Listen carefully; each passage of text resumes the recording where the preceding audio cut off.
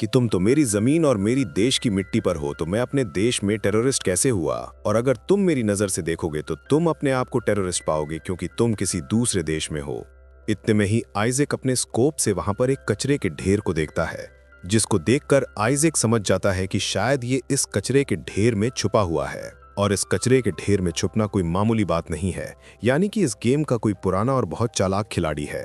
और ऐसा खिलाड़ी सिर्फ एक ही हो सकता है, और वो है जूबा।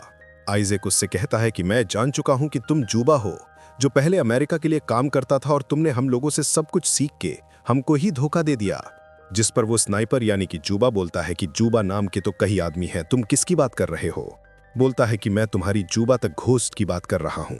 जहां पर हमें पहली बार उस स्नाइपर का सही नाम पता चल जाता है, पर एक्टिव हालत धीरे धीरे खराब होती जा रही थी, जिसका पता जूबा को भी चल गया था। इसलिए जूबा उससे कहता है कि अगर तुम यहाँ पर मर गए तो मैं तुम्हारे हलक से तुम्हारी जबान बाहर निकाल दूंगा और तुम्हारा सर काट के अपने साथ ले जाऊंगा। ये बात सुनकर आइजैक जूबा की एग्जैक्ट लोकेशन का पता लगाने के लिए एक तरकीब सोचता है। वो एक लकड़ी पे अपने हेड और अपने कपड़ों को टांग देता है, जिससे वो एक इंसान लगे, और जैसे ही जूबा उस लकड़ी के इंसान पे गोली चलाएगा, वो उसकी लोकेशन देख लेगा। पर आइजैक का ये प्लान काम ही नहीं करता है। अभी वहां पर बहुत तेज एक रेतीला तूफान आने लगता है और आइजैक को अपने स्कोप से कुछ भी दिखाई नहीं देता। पर वो इस चीज का फायदा उठाते हुए अपने साइड में मरे हुए एक अमेरिकी सोल्जर का बैग उठाकर उसी वॉल के पीछे आ जाता है। इसी बीच आइजैक पर गोलियों से हमला भी करता है, जिसकी वजह से उसका स्कोप टूट जाता है। आइजैक को उस अमेरिकी सोल्जर के बैग में से एक पानी की बोतल और कुछ सामान मिलता है। सबसे पहले आइजैक पानी पीकर अपनी प्यास बुझाता है, पर तभी हमको पता चलता है कि मैथ्यूज अभी भी जिंदा है और वो अपने रेडियो से आइजैक और जूबा की सारी बातें सुन रहा था। आइजैक को भी ये बात पता चल जाती है। वो मैथ्यूज को जिंदा देखकर बहुत खुश होता है, जिसके बाद वो उसको बताता है कि जूबा सामने वाले कचरे के ढेर में छुपा हुआ है। मैं उसे अपनी बातों में लगा के रखता हूं, तुम उस पर अपनी राइफल से गोली चला देना। पर यहां पर आइजैक से एक गलती हो जाती है। वो मैथ्यूज से बात करते समय अपना रेडियो बंद नहीं करता और उसकी बातें जूबा भी सुन लेता है। जूबा आइजैक से बोलता है कि तुम किससे बात कर रहे हो? मैथ्यूज की जान बचाने के लिए जूबा से कहता है कि मैं मरने से पहले भगवान से बात कर रहा हूं। तभी मैथ्यूज अपने हाथ में शीशे की तरह चमकने वाली एक चीज से जूबा को देखने की कोशिश करता है और अपनी पूरी जान लगाकर जूबा पर गोली चला देता है, पर वो गोली जूबा को नहीं लगती।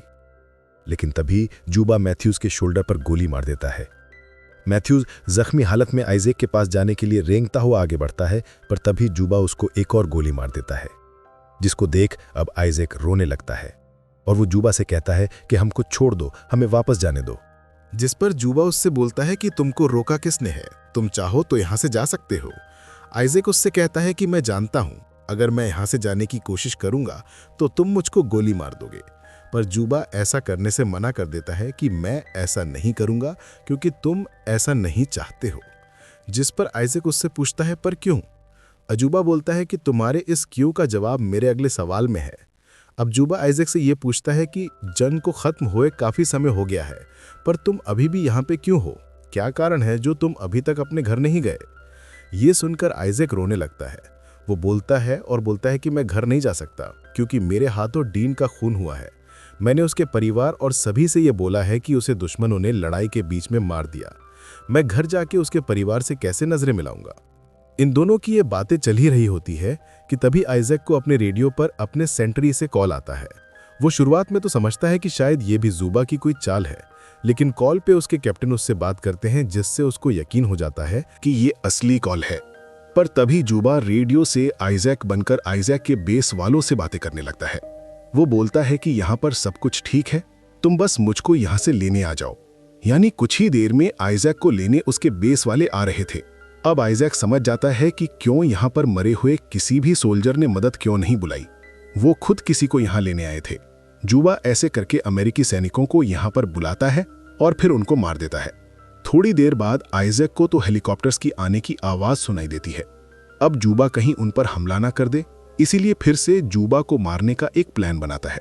वो लकड़ी में रस्सी को बांधकर एक हुक बनाता है और मैथ्यूज की स्नाइपर वाली बंदूक को उसकी मदद से अपने पास ले आता है, जिसके बाद वो अपने सामने वाली दीवार को भी तोड़ देता है ताकि जूबा उस पर जैसे ही गोली चलाए वो उसकी एग्जैक्ट लोकेशन का पता लगाकर उसको मार सके। तभी आइजैक के सोचे हुए तरीके से ही जूबा उस पर गोली चलाता है। वो गोलियां आइजैक को तो नहीं लगती, पर इससे आइजैक को जूबा की लोकेशन का पता चल जाता है। वो उस कचरे के ढेर के बिल्कुल बीच में छुपा हुआ था। फौरन उस पर गोली चला देता है जो शायद जूबा को जाकर लग जाती है। इस चीज का पता लगाने के लिए आइजैक अपनी जगह से खड़े होकर देखता है, पर उसको कुछ नहीं होता, जिससे समझ जाता है कि शायद जूबा अब मर चुका है। इतने में हेलीकॉप्टर से उसके बेस वाले भी उनको लेने आ जाते हैं, जहां पर हम देखते हैं कि मैथ्यूज अभी भी जिंदा है। बेस वाले और मैथ्यूज दोनों को हेलीकॉप्टर में बैठाकर वहां से जाने लगते हैं, पर तभी नीचे से हेलीकॉप्टर्स पर गोलियां चलने लगती हैं, यानी कि जूबा अभी भी जिंदा था। जूबा दोनों हेलीकॉप्टर्स के पायलट को गोली मार देता है और दोनों हेलीकॉप्टर्स वहीं पर क्रैश हो जाते हैं, जिसमें आइजैक, मैथ्यूज और हेलीकॉप्टर में मौजूद सारे लोग मारे जाते हैं। इतनी मेहनत और दर्द के बाद भी आइजैक और मैथ्यूज की मौत हो जाती है। तभी जूबा फिर से अमेरिकी सोल्जर बनकर आइजैक के बेस वालों को कांटेक्ट करता है और उनको यहां पर मदद भेजने को कहता है। यानी कि जूबा का मौत का ये खेल अभी खत्म नहीं हुआ है। वो ऐसे ही सैनिकों को बुलाता रहेगा और उनको मारता रहेगा। इसी सैड एंडिंग के साथ ये कहानी यहीं पर खत्म हो जाती है। हम उम्मीद करते हैं कि आपको ये कहानी पसंद आई होगी। फिलहाल तो आज के वीडियो में बस इतना ही, लेकिन हम फिर से जरूर मिलेंगे, और वो भी एक और नई इंटरेस्टिंग कहानी के साथ। लेकिन तब तक के लिए धन्यवाद।